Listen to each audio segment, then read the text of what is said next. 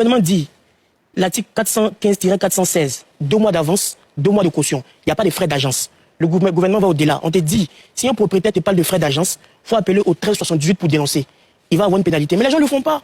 Ils vont se cacher pour dire que lorsqu'il pleut, chacun attrape sa tête. Donc après ce beau discours, après ces belles propositions, les gens restent foncièrement égoïstes vis-à-vis de ces questions-là. Ils connaissent quel numéro il faut appeler. Mais il va se dire que bon, finalement, si j'appelle là, il va donner à quelqu'un d'autre. Donc finalement, les gens ne sont pas sincères dans leur démarche. Et ça, c'est ce qui, même pour moi, tue le plus le combat. Parce que s'il n'y a pas une vague de solidarité commune où chacun essaie de dénoncer, les propriétaires vont toujours continuer ce qu'ils font. Ça, c'est la première réalité. La première chose, au niveau, par exemple, de l'État, c'est une responsabilité qui est partagée. Aujourd'hui, se loger à Abidjan est devenu un luxe. Ce n'est plus un droit. Combien de personnes arrivent à se loger convenablement? Combien de personnes arrivent à épargner?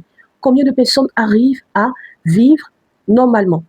Tu travailles pendant 10 ans, toute la moitié de ton salaire rentre dans ton loyer et dans le transport. Et tout cela sont des échecs de politique publique. Un pays comme la Côte d'Ivoire ne peut pas parler d'émergence si la majorité de sa population n'arrive pas à se loger convenablement. L'immobilier à Abidjan n'est pas du tout structuré, ce n'est pas régulé.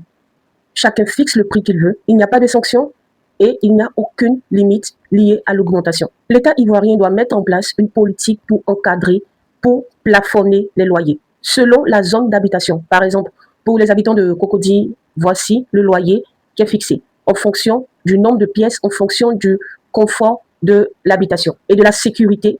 Et aussi, l'État ivoirien doit limiter les augmentations abusives. L'émergence d'un pays commence aussi par l'habitat, commence aussi par le fait de pouvoir bien se loger. Alors, il faudrait que l'État ivoirien puisse mettre des politiques en place pour réguler ce secteur.